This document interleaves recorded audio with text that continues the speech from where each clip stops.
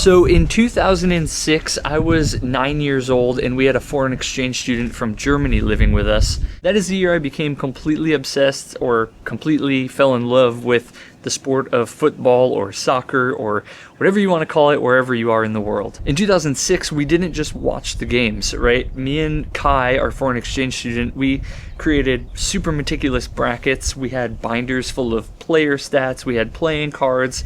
We had brackets that we built out. We were completely obsessed. And naturally, with Kai being there and being older and kind of like my inspiration at the time, Germany became my team, and they've always been my team. And close behind, even though if you say this to a German fan or a Netherlands fan, you may be in a little bit of trouble, but Netherlands was always my second favorite team to watch during any major tournament, whether it was the Euros or the World Cup.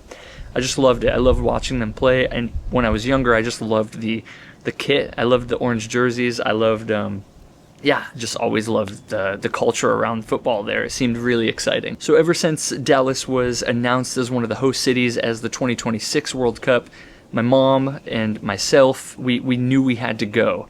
Again, this was like a lifelong / childhood dream. And I've always loved soccer. I've always loved football, soccer, whatever you want to call it. But I've really always wanted to take part in one of these major international tournaments, whether it's the Euros for me were always more appealing, or the World Cup. So we've been so stoked, and we've been waiting years for this exact weekend. The Netherlands is taking on Japan right here in Dallas, which happens to be where my mom lives now. And we're gonna go check out the game. My childhood best friend Ben, who's also a huge fan of the sport, is flying in today. Kim's flying in today, and of course, my mom and I are going. So all four of us are gonna check out the World Cup. It's gonna be it's going to be exciting. So I figured, even though it won't be on this camera and for ease of access and stuff, there's a lot of weird rules around the stadiums and around what you can and can't bring. So I'm going to film most of it on this thing. I've never done a vlog on the phone before, so I'm hoping it goes all right, / hoping I get enough footage to build something out for a fun video. But figured it'd be really fun to bring you guys along for the chaos. And everything we get into. I know the Netherlands shipped over the orange bus on like a freight ship, and that arrived in Houston a few days ago, and we've been following it on its journey all around. So yeah, anyways, we're gonna get into the chaos. We're gonna go enjoy some of the fan festivals. We checked out some of the stores, some of the vending machines, and some of the other like smaller fan / watch party areas. We're gonna see what kind of chaos we get into. So let's go check out the World Cup.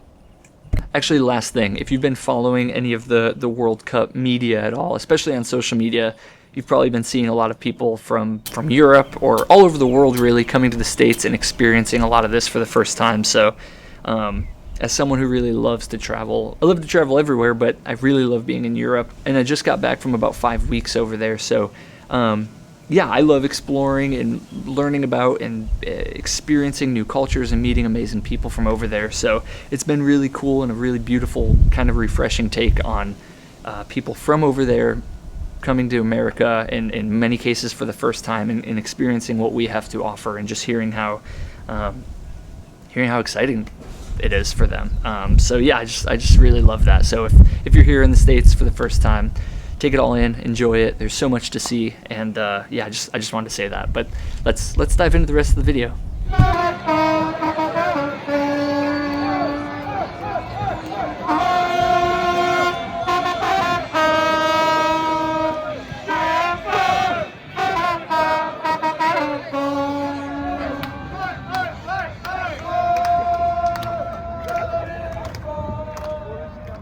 I'm here for the fan walk. This is insane. Reporting to you live. Reporting to you live. Absolute madness. This is so sick. What do you think, Glow? It's awesome. Insane, huh? This is so crazy. Helicopters down there.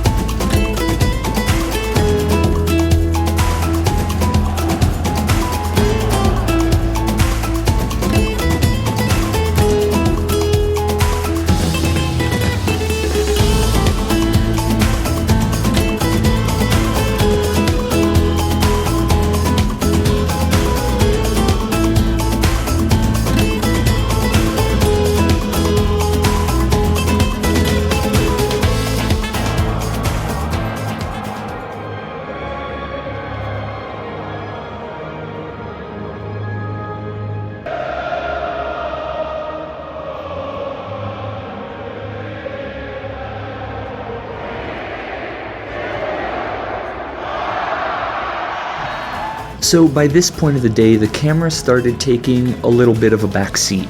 I was so completely locked into the energy of the stadium, but I still managed to sneak a few clips on the iPhone.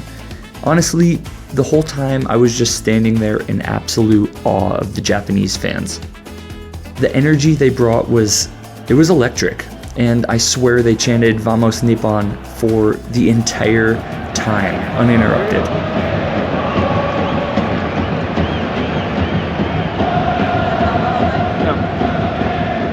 As someone who has a deep, deep love for Japan anyway, getting to witness that level of cultural passion up close was incredible, especially after experiencing the Dutch fan walk earlier that day. And it wasn't just the chanting. What blew my mind was what happened after the final whistle. While everyone else was rushing for the exits, a massive group of their fans stayed behind.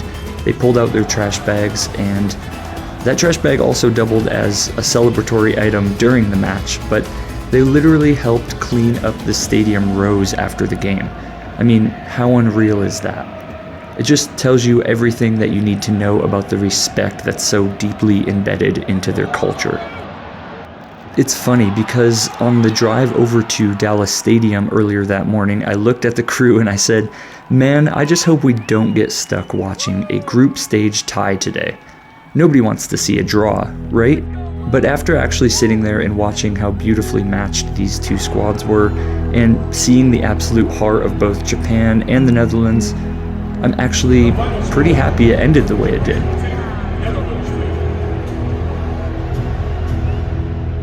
I mean, think about it. I got to watch Virgil van Dijk score a literal World Cup goal live. I got to experience the unmatched energy of both Dutch and Japanese football culture simultaneously. And most importantly, I got to sit in these stands and witness a World Cup game surrounded by the people I love the most, and most importantly, with my mom. So 20 years ago, I was a 9-year-old tracking stats in a binder, and today it's real life, and I've lived it. And there is truly, absolutely nothing like it. I'll see you guys in the next one. Peace.